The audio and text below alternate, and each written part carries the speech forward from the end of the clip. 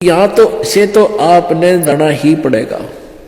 और यदि आपकी श्रद्धा सच्ची लो उस सतलोक में जान की लगी, इस ज्ञान के आधार से आपकी आस्था या किसी परिवार जन्म में या किसी धन में नहीं रहनी चाहिए।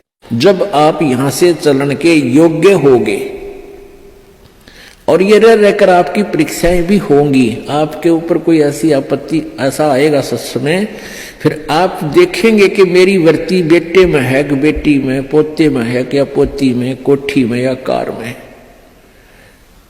आप जी ने अपने उस जाल को स्वयं काटने की चेष्टा करनी है कि तो जुल्म हो गया, मेरा तो बीच में आस्था है। और यहां आशा रही तो वापस जन्म होगा, जहां आशा ता बासा होई और मन कर्म वचन सुमरियो सोई। आपकी यहां किसी भी चीज में आशा रहेगी, आस्था रहेगी, तो वापस आप जी को आना पड़ेगा। इसी यहीं पर मन माने यहां फिर बैल बनकर आ जा। और यहां आशा नहीं रही तो फिर हमने आशा कब ना रहेगी, ये ज्ञान आधार बनाओगे, भक्ति घनी करोगे, दान धर्म खूब करोगे, उस भक्ति की शक्ति से भी आपके कुछ बंधन ऑटोमेटिकली कट जाएंगे। इतना दबाव बनेगा उसका, आपके मन में वो आना नहीं देगा और परमात्मा कोई ऐसी व्यवस्था आपकी बना देगा। और जो भक्ति नहीं करते तो फिर हमने यहां से तो जाना ही जाना है, भक्ति कर रहे हैं जो, उनके मन में ये आ जाना चाहिए कि फिर जन्म होगा तो फिर यह दुर्गति शुरू। मनुष्य जन्म भी हो गया तो मनुष्य जीवन में क्या सुख पाया अपना। आज हम 60 साल के हो गए, हमें पता है क्या मिला इस जीवन में और क्या हमारा था और क्या पराया था। तो इस ज्ञान के आधार से निर्णय हो जाएगा कि अगर फिर जन्म हो गया, फिर वो प्रोसीजर, बेटा ना हुए तो दुखी हो गए तो महादुखी, क्योंकि फिर उनके पालन में पोषण में कोई बेकादे की मृत्यु हो जाए काल, तो फिर रोज जाना करे काम, तो रो रो कर टक्कर मारेंगे, वह दुर्गति न्यारी। तो इन सब बातों को ध्यान रख के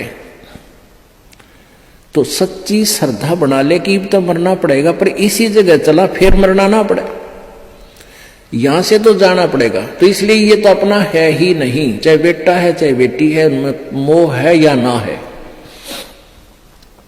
तो अपने परिवार में आप जी ने ऐसे रहना पड़ेगा जैसे एक गाड़ी, रेलगाड़ी का कंपार्टमेंट होता है और उसमें आप सफर कर रहे हो, जिसका जहां स्टेशन आ जाएगा ऑटोमेटिकली उतर जाएगा।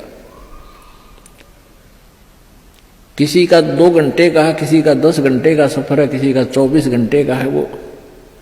तो ऐसे ही आप जी इसको ऐसा समझ कर रहोगे जैसे रेस्टोरेंट होते हैं, होटल में जाकर डट गए तो वहां सारी सुविधाएं होते हुए भी आपको पता है कि मेरी नहीं है, उनका प्रयोग भी करना है। उनमें मेज कुर्सी पलंग टीवी वहां पर है, उनका पंखा कूलर एसी फ्रिज, उनका प्रयोग भी करना है, लेकिन अंडरस्टूड होता है कि मेरी को ना, ये तो धनी की है। तो ऐसे ही ये सारा रेस्टोरेंट, ये होटल, ये काल का है और हमने किराए पर अपनी पूंजी जमा करा का यहाँ, तो ये कुछ समय का रहने का यहाँ पर मिला हुआ है और ये व्यवस्था बता दी, इस खेती में बना रखा, ये मजदूरी कर, ये ऐसे खा ले, ये यहाँ छोड़ रखा है।